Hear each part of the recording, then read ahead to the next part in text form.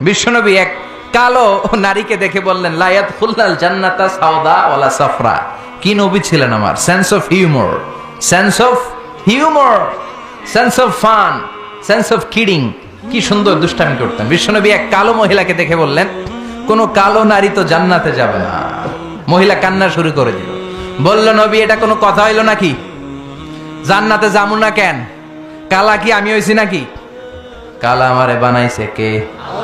আবার ধলা আমনেরে বানাইছে কে? তিনি বানিয়েছে, তো আমার দোষ কি?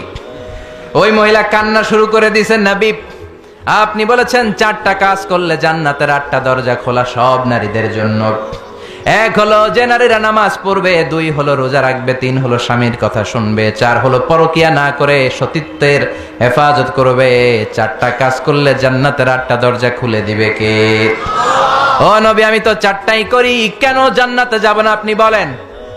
বেজায় কান্না, কান্না করতে করতে মহিলা অস্থির বিশ্ব নিয়ে বললেন থামো। আরে এত কেঁদো না, কেঁদো না, আমি তো মজা করছি।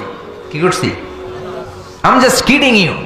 আমি মজা করেছি, আমি ফান করেছি, আমি তো রসিকতা করে বলেছি তুমি যখন জান্নাতে যাবা তখন এরকম কুচকুচে কালো থাকবা না, তোমাকে পূর্ণিমার চাঁদের মতো সুন্দরী বানায় দিবে কে?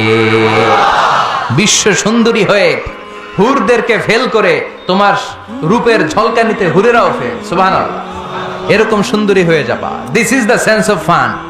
বিষ্ণুনবী কিন্তু মাঝে মাঝে এরকম ফান করতেন। সুবহানাল্লাহ পড়েন।